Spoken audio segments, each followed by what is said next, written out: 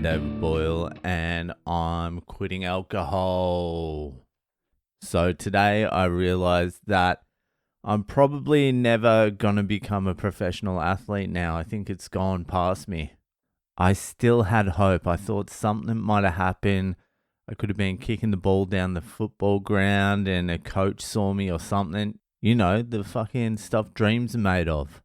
But today I realized that even if I did get the call up, even if a scout did see me running for a ball or kicking a ball or throwing a ball down the park, the body's not up to it anymore. I couldn't get through it.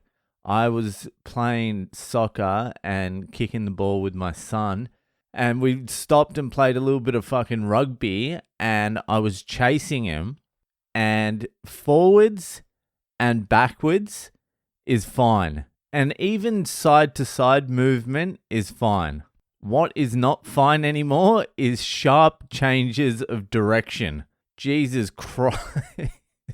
My son went to one side of the field and I was sprinting. I was doing some pretty hard sprinting. I was after him. I was going to tackle the fuck out of him. And then he stopped suddenly and changed direction. And I tried to do the same thing and I heard both my knees crack. It went...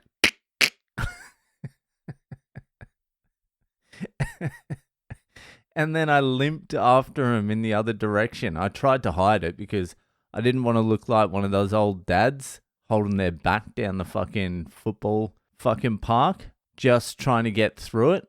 But it was not a good feeling. And then I was like, just push through, keep playing. And so we played a little bit more and I did the same thing again. Same thing happened. Double crack in the knee. And it just feels like my kneecaps are grinding up against the bones. And it was humbling. It was a humbling feeling because I was like, I go to jiu-jitsu. Jiu-jitsu's pretty, like I'm decent at that. I was like, possibly a UFC career. But then I did my rib and I've been recovering from that.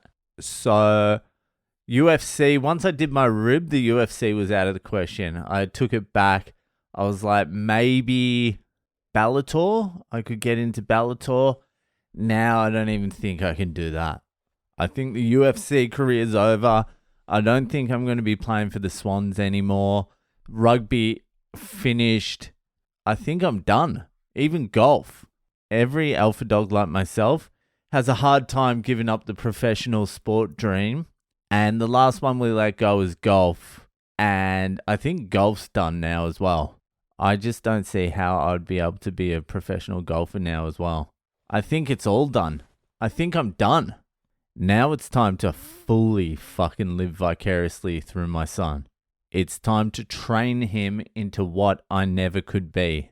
And who better to have train you than someone who didn't actually make it? Who didn't even get close? But with the right mentoring and the direction and training and coaching, maybe I could have. A few less bongs, a few less drinks, I could have been up there.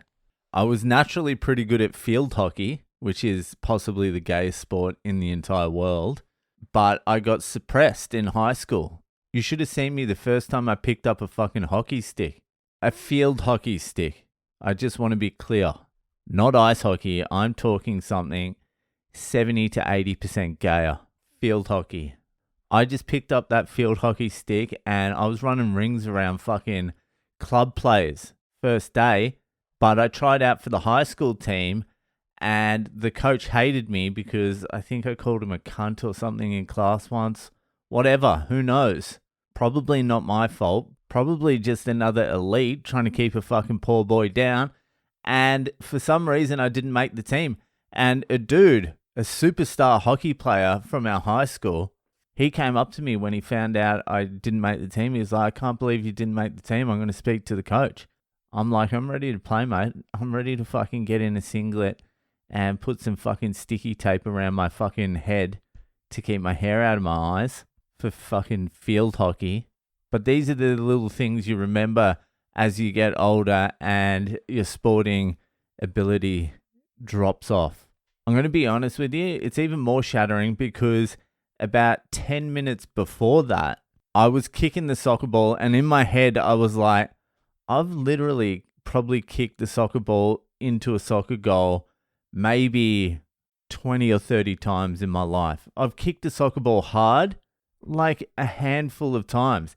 And today I was out there and I was fucking gunning them. I was like, I was doing the math. I was like, if I had started soccer when I was younger and I have this amount of skill in soccer now, I can kick this good now, then I probably would have been somewhere in between Ronaldo and Messi. If with the right guidance and the right coaching, I would have been up there.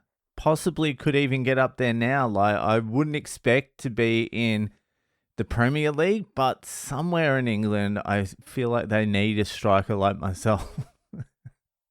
And then like 11 and a half minutes later, the double crack in both knees. I'm like, it's over. It's done. Hubris. That's the word of the day. You think you can fucking get out there and just do 180s like you're fucking 12 years old again? No, you can't. Even Usain Bolt fucking blew out his Achilles heel because he thought he could become a soccer player. And that's the fucking fastest sprinter that's ever lived. He still had the dream. He had probably more claims to a dream than I did, but, you know, we're still kind of the same. Anyway, that's fucking it. The dream's over. I suppose I better focus a little bit more on comedy. Fuck. Now I really have to put in some effort in comedy. Anyway, I got to go back to work tomorrow. I'm so fucking depressed. I fucking have one day off. It was a nice day, but all I need is another like 300 of those in a row. Anyway, that'll fucking do it for today, and I'll see ya the fuck later.